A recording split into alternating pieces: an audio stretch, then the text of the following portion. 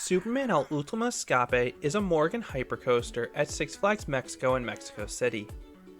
This is the park's tallest and most imposing roller coaster, and let me tell you, this is a fantastic attraction. Superman was originally supposed to open in 2002, but the ride was delayed for 2 years due to a dispute between Six Flags and the Mexican government. Once the issues were resolved, construction resumed, and Superman opened late in the 2004 season. Morgan did not build many coasters. In fact, they only built a total of 8 coasters, or 9 if you include the conversion of Steel Phantom into Phantom's Revenge. And Superman was the last coaster they built before merging with Chance Rides. Now, before talking about Superman, I want to talk about the Morgan Hypers at the US parks. Most people are familiar with the trio of Morgan Hypers at the Cedar Fair parks. And if so, you may be lukewarm on Superman.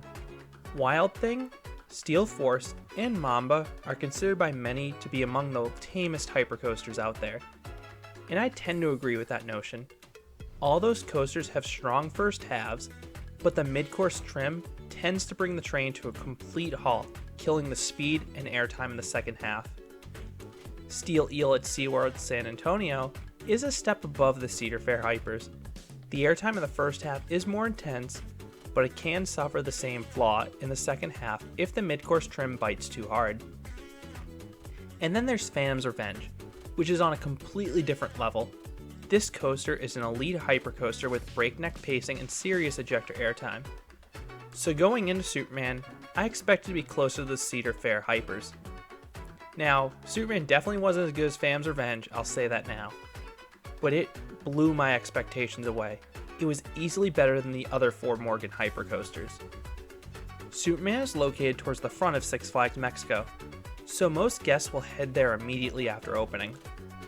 And it usually remains quite busy all day. I've seen lines for this coaster reach upwards of 2.5 hours.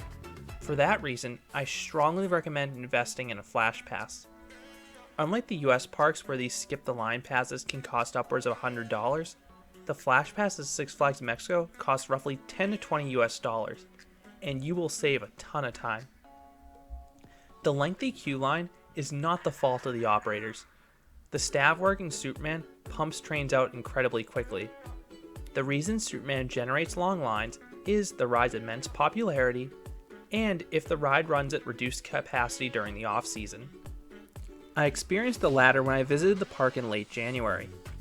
Meanwhile, when I visited around Cinco de Mayo, Superman was running 3 trains. But those one-train operations could be to your benefit if you want to guarantee yourself the best ride experience. Let me explain. I'm going to pull out an El Toro Rhine block section video here because it's very necessary in this case.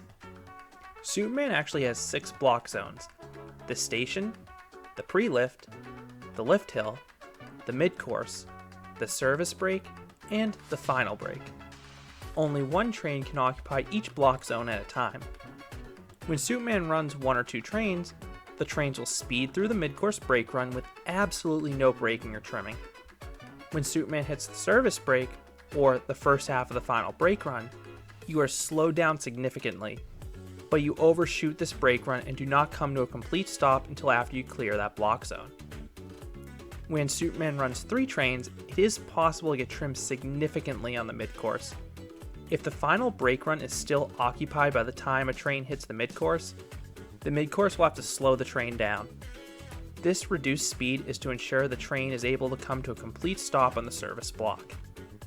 Now, fortunately, the crew at Superman is usually top-notch and they rarely stack trains. Not only does the crew check restraints quickly, but it also helps that they have a lot of time to do so. It takes roughly 2 minutes from dispatch for Superman to hit the mid-course brake run. So while it is unlikely you'll get trimmed in the mid-course, I did need to discuss this scenario because it completely changes the second half if you're unfortunate.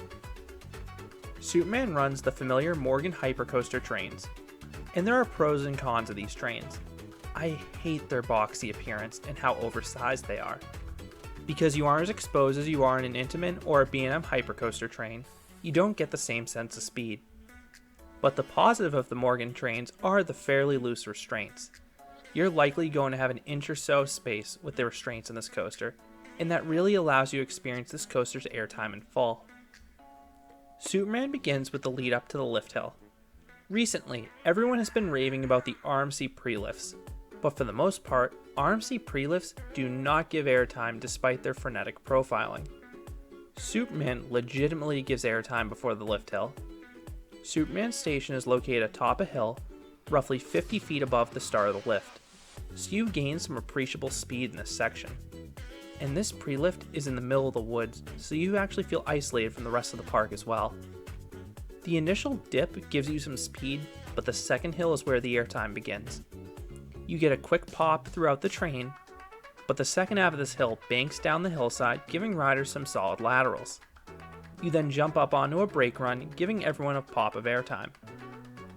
You then climb the slow 220 foot tall lift. To the right, you get a complete view of Six Flags Mexico, plus some mountains in the distance. To the left, you get a breathtaking view of the Mexico City skyline. Once you crest the lift, you are treated to a 205 foot drop at a 60-degree angle. And like the other Morgan Hypercoaster drops, Superman takes its sweet time reaching that maximum angle of descent. So you get some nice sustained floater airtime, much like you get on the drop of any of the Cedar Fair hypercoasters because of how it's profiled.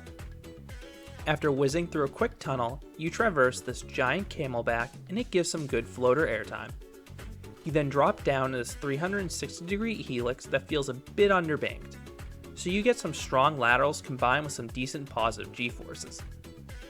That then leads into the signature moment of Superman, in my opinion at least, the third hill.